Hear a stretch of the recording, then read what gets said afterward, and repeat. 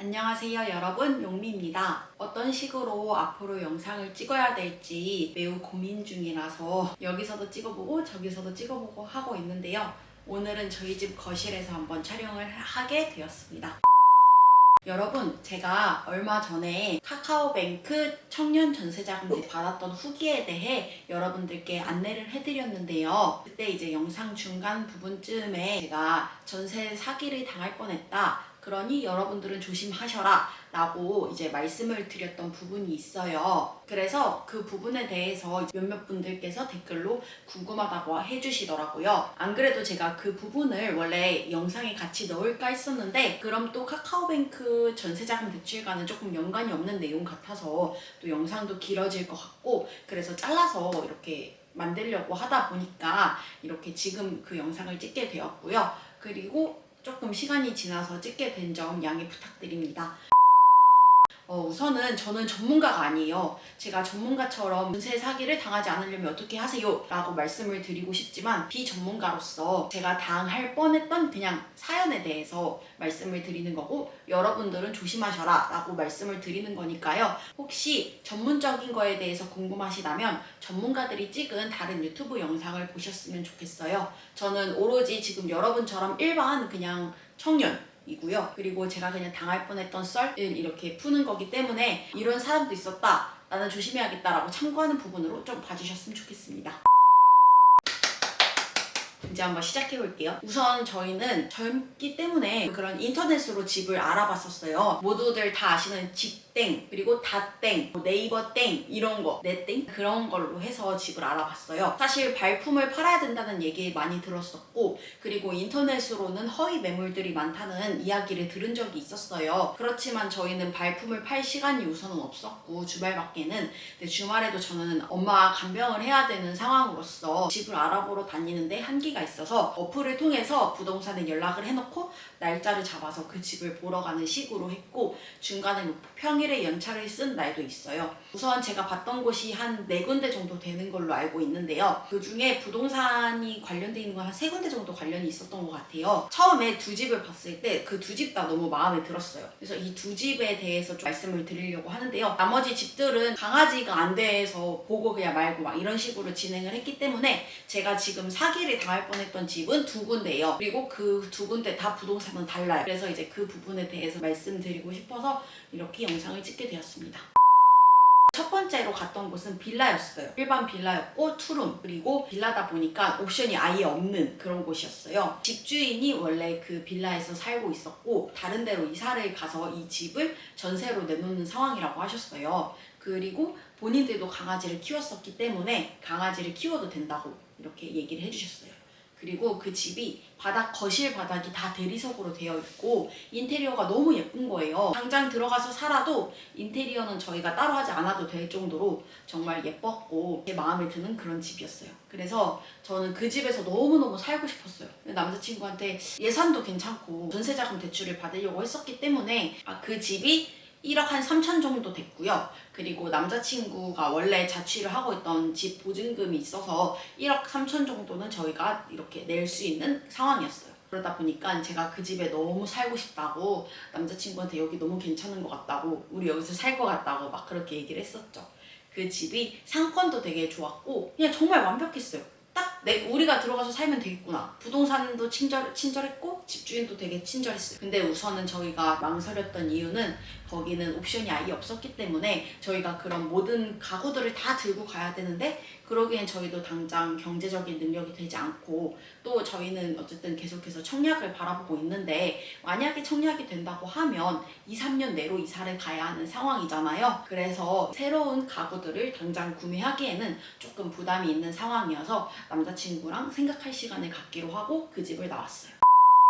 그리고 이제 두 번째 집이에요. 두 번째 집은 오피스텔이었어요. 신축 오피스텔이었고 거기는 풀옵션이었어요. 거기도 방이 2개였고 거기는 1억 원저리에서 살 수 있었던 것 같아요.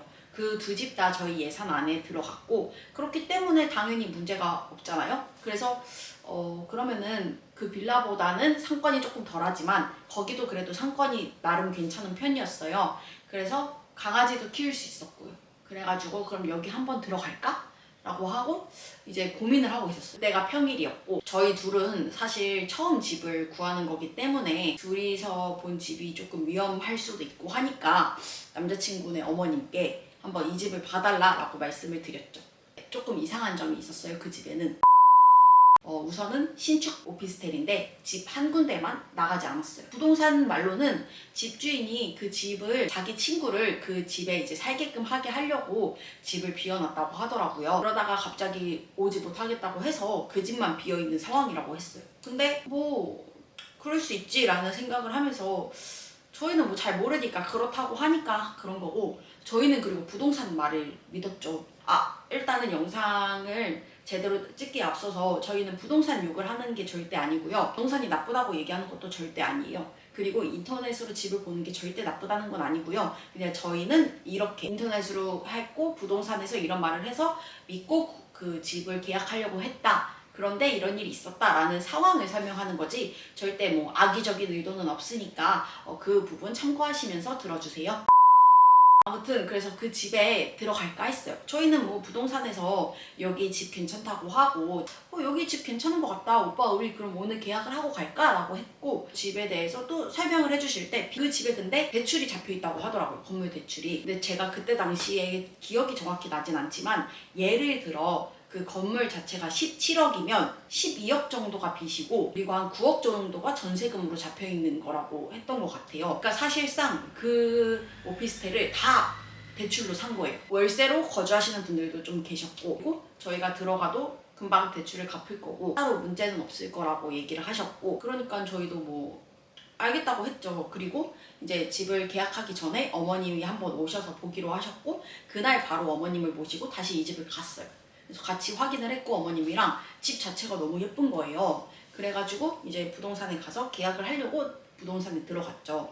그래서 이제 막 등기부 등본은 그때는 안 보여줬던 것 같고 얘기를 하면서 막 이것저것 설명을 해주셨는데 사실 빚 자체가 그렇게 많은 집이면 좋지 않다고 해요. 제가 다른 영상들 찾아보니까 뭐 건물 자체에 70% 이상이 빚이면 안 좋다고 하더라고요. 그래서 저희는 처음에 그걸 잘 몰랐어요. 부동산도 괜찮다고 계속 그렇게 얘기를 했었고 그리고 또 이상했던 건 그 집주인이 최대한 빨리 들어와서 살았으면 좋겠다. 빨리 계약금을 냈으면 좋겠다. 계약금은 무조건 10% 이상 냈으면 좋겠다. 거의 한 20%를 부르셨어요. 계약금을. 이제 저랑 남자친구 같은 경우에는 그때 당시엔 이상한 걸 몰랐는데 나중에 이제 어머님이랑 부동산이랑 저희랑 이렇게 앉아서 얘기를 하는데 너무 이상한 거예요. 어머님이 저희 대신해서 맞서 싸워주셨어요. 부동산이랑. 이게 카카오뱅크 같은 경우에는 제가 말씀드렸지만 압류만 된 집이 아니라면 무조건 대출을 해주거든요. 그렇기 때문에 만약에 이 집 주인이 안 된다 이러고 경매 넘기겠다 이러면은 저희는 손쓸 방법이 없는 거예요. 나중에 뭐 무슨 문제가 생기면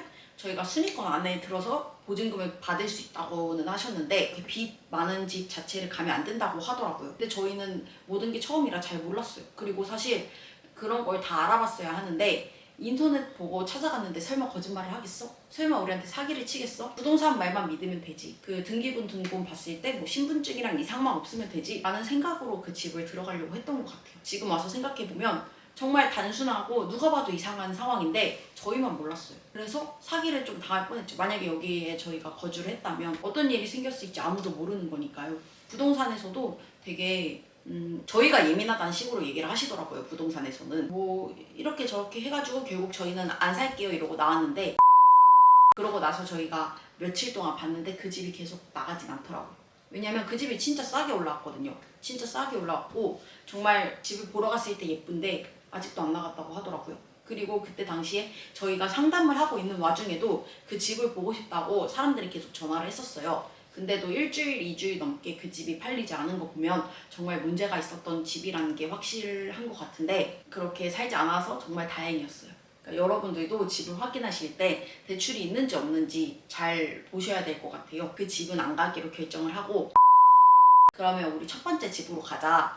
왠지 난 거기가 내 운명이었어. 라는 말을 하면서 이제 그 집을 보러 갔어요. 어머님한테 저희가 본 집이 하나 더 있고 거기 그럼 계약하고 싶다. 거기가 저희 예산이랑도 맞고 집도 문제 없고 상권도 좋다. 그러니까 거기에 거주를 하겠다라고 했고 어머님이 그래 너희 하고 싶으면 해라 라고 하셔서 하려고 했죠. 거기 일단 제가 말씀드렸듯이 빌라였잖아요. 어머님이 또 이것저것 막 알아보신 거예요. 근데 알고 보니까 거기가 매매가랑 전세가랑 같았어요. 그러니까 요즘 전세가 많이 오르고 있잖아요. 그러다 보니까 매매가만큼 전세가가 오른 거죠. 사실 저는 그게 뭐가 문제가 되나? 라는 생각을 했거든요. 근데 이게 나중에 가면 위험할 수 있는 게, 만약에 지금은 이렇게 전세가가 치솟아 오르지만 나중 가서 전세가가 다시 내려갈 수도 있잖아요. 그리고 전세가가 안 내려가더라도 어쨌든 그런 걸 좀 알아보시는 분들은 매매가랑 전세가랑 같으면 매매를 하려고 하지 전세를 살려고 하진 않을 거 아니에요. 그리고 누가 빌라를 매매할 수는 있겠지만 하지 않을 사람들도 더 많고, 그리고 이 사람들도 그 집을 그냥 올 대출로 샀고 저희가 오면 그 보증금으로 그걸 충당하려고, 대출을 상환하려고 한다고 하시더라고요. 그래서 만약에 저희가 그 집에 갔는데 뭐 전세가가 많이 떨어지고 해가지고 하면 저희가 나중에 전세금 돌려달라고 할 때 그 전세가 나가지 않을 거 아니에요. 그 가격에. 그렇게 될 경우에 저희가 받지 못할 수도 있는 거예요. 그러니까 이런 걸 보통 깡통 매물이라고 하더라고요. 그래서 저희가 그렇게 그 집에서 살았다면 또 큰일이 날 뻔한 거죠. 그러니까 솔직히 말해서 이런 영상을 찾아보시는 분들은 아마 이런 사례를 많이 들었을 것 같아요. 근데 저처럼 아예 아무것도 모르고 바로 현장으로 뛰어드시는 분들 같은 경우에는 이런 거에 생각을 잘 못하실 것 같다는 생각에 제가 한번 영상을 찍어봤고, 사실 영상을 찍을까 말까 되게 고민을 많이 했어요. 누구든 이런 걸 다 확인을 해야 당연한 거 아닌가라는 생각을 할 것 같아서 전세가랑 매매가랑 비교를 당연히 해봐야 되고, 그리고 건물에 대한 빚이 있는지 없는지 당연히 봐야 되는 거 아니야? 라고 말씀하시는 분들이 계실 것 같아서 사실은 이 영상을 찍을까 말까 되게 고민을 많이 했는데요. 이때 제가 집을 보러 다니면서 이런 일이 있었다 저런 일이 있었다 라고 제가 친구들한테 또 다 얘기를 했어요. 근데 제 친구들은 그런 일도 있냐 하면서 오히려 몰라갖고 걔네들도 놀라더라고요. 그러니까 그 친구들처럼 저랑 비슷한 또래인 이제 청년분들은 잘 모르실 수도 있다는 생각이 들더라고요. 부모님이랑 같이 계속 살았었다면, 이제 막 독립을 하려고 집을 알아보고 계신다면 이런 것까지 꼼꼼히 확인해야 한다는 걸 잘 모르실 것 같아서 한번 제 사례를 예를 들어봤고요. 그래서 결론은 저희는 그 집 둘 다 가지 않았고,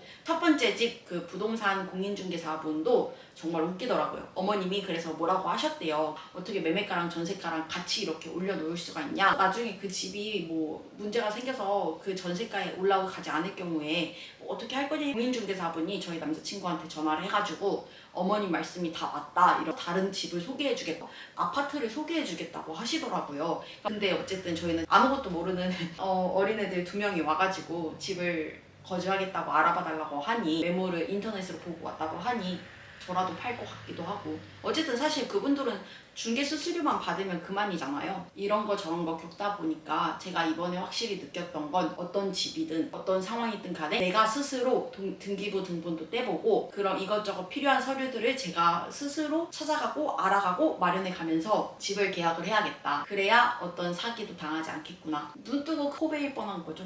그래서 여러분들께서는 이런 일을 겪지 않았으면 좋겠고, 집 알아보실 때 꼭 주의하시고요. 그리고 카카오뱅크 영상에도 말씀드렸던 것 같은데, 그 대출 받을 때 우선은 계약금을 먼저 내시고 계약을 하시잖아요. 그리고 나서 이제 확정일자를 받으시는 거고, 그 계약을 하실 때 꼭 특약사항에 대출이 되지 않을 시 계약금 모두를 무조건 환불해달라, 이런 내용도 꼭 적으셔야 돼요. 이 집 계약할 때 공인중개사분께서 그거를 특약으로 안 넣으셨더라고요. 그래서 제가 그거 다 읽어보고 저희 이거 특약 필요하다고 넣어달라고 말씀을 드렸고, 집주인이 계시는 그 자리에서 공인중개사분이 괜찮냐라고 집주인한테 물었고, 집주인도 괜찮다고 해서 바로 그 자리에서 특약으로 넣었어요. 만약에 대출이 나오지 않는다고 하면 저희가 계약금을 다시 돌려받아야 되잖아요. 여러분들도 무조건 계약하실 때 특약사항에 그걸 꼭 적으시길 바랍니다. 그래서 사실 오늘 영상이 좀 너무 허접한 것 같기도 한데, 이런 것도 다 제 소중한 경험이거든요. 그런 제 소중한 경험들을 여러분들께 공유를 하는 거기 때문에 좀 도움이 되셨으면 좋겠고, 조금이라도 여러분들은 시간을 절약하셨으면 하는 마음에